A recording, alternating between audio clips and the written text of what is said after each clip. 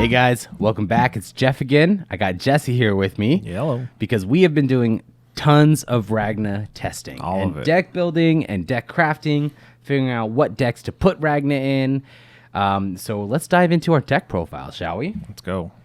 So I'll start off with the low end, as I like to do for those of you that watch my deck profiles. We're running 4 of the brand new Sakutomon. Okay. Now, Jesse, I know you're probably a little sad. This isn't the red one that you really like. Yes. Give you a memory when it's yes, and that one, was surprisingly effective for you in the red deck, but back in the day. Yeah. This egg is better. This egg is too good.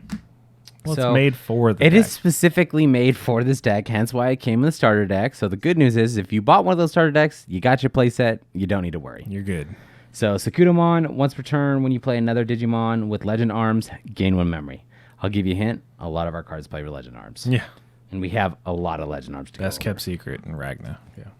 So let's talk about the newest level 3s from the deck.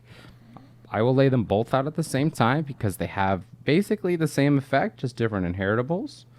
These are mandatory 4-ofs, in my opinion, for the deck. So much writing on those cards. They look like Yu-Gi-Oh cards. Thankfully, we are way better than Yu-Gi-Oh cards. Well, break down the text. What do they do? Absolutely. So the reason why these are mandatory 4-ofs is because when you play these, you get to reveal the top card of your deck and play a 7-cost Legend Arms for free. That's crazy. You can gain memory when the Sakuta is played as well. So tons of great versatility. This one gives it blocker. This one can kill a 3K when it attacks. These are mandatory 4-ofs, very, very effective in the deck. Ragna is just one of these decks that we've been working on a little bit. It takes a lot of practice. Really, you have to understand, when to save one of these guys, when to have one of these be the ones that you play with effects. But let's dive into our next level 3. 4 more Ludo Mons. That one looks familiar. Yes, this one, for those of you who don't know what this one is, this is the old school BT-3. For those of you who have not playing in BT-3 like we were, Ludomon, reveal the top 5 cards, add 1 Ragnalord, add 1 Digimon with Legend Arms, so you can grab 2 crucial pieces to your hand with his on play. That was one of the first that was for one of the first searchers that let you grab 2 pieces. It really was one of the first searches that let you grab 2 pieces. So it's an incredible card, absolutely necessary in this deck. That's it for my level 3s for the deck. I'm only playing 12. I definitely tried the Spotamon for all those who have those BT-10 cards in hand and were curious about Spotamon. I was not a big fan of it. I thought the D-Digivolve one was underwhelming, especially with the 1 Evo in Raising. That was the big turnoff, right? Yeah, that was the big turnoff, was the 1 in Raising, right? You really don't want that to happen. So, but other than that, huge fan of this lineup. Let's dive into our next. So I'm playing 12 level 3s, so I'm playing half as many level 4s. I am only playing 6. I'm playing 4 2 Teoludus, 2 Zuba Eagers. This is a very weird deck to build. Yeah. For those of you that bought the Ragna starter decks, you know exactly what I'm talking about.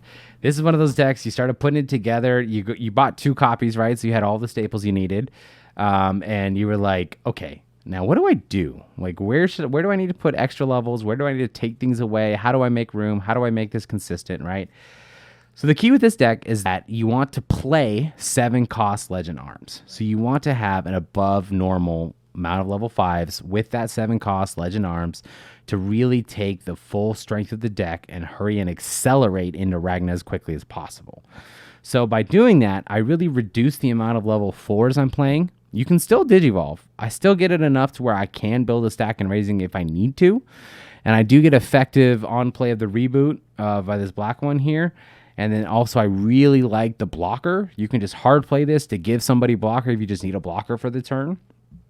And the Zuba Eagermon is really nice because you can just kill a 5K. So it's almost more like this is like a toolbox option kind of set.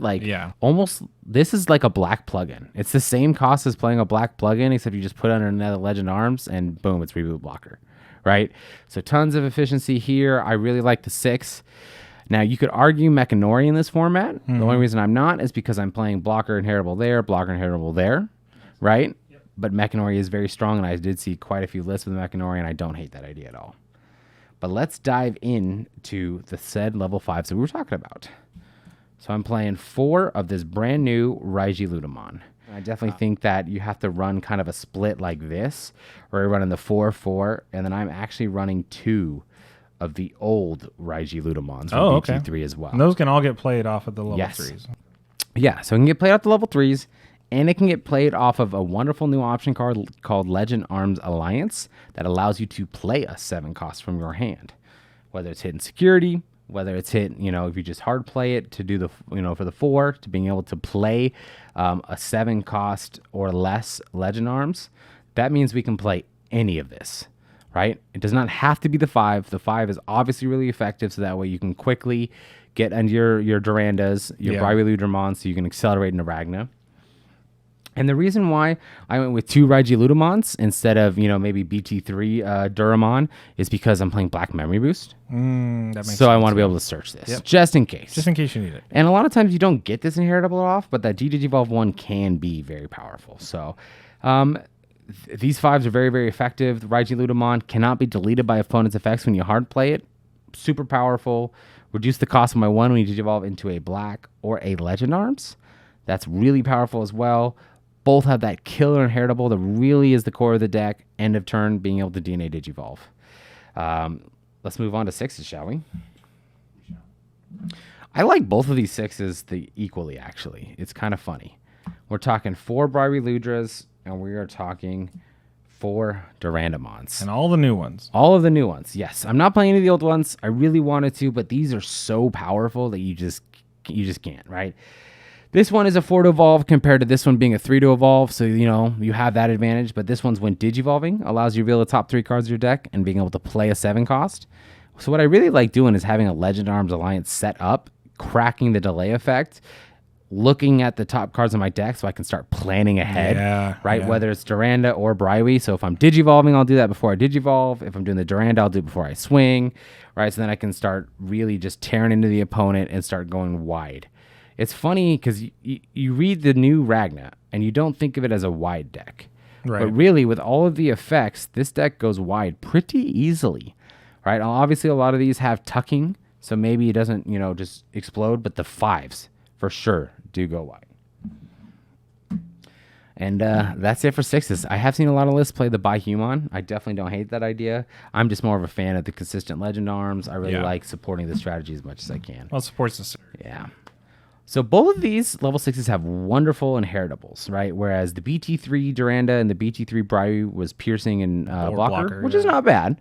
But we're now kind of at a game state where you need more than that.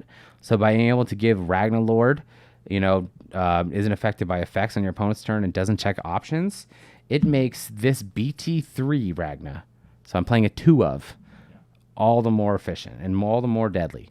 He has security attack on his own. He's got reboot on his own.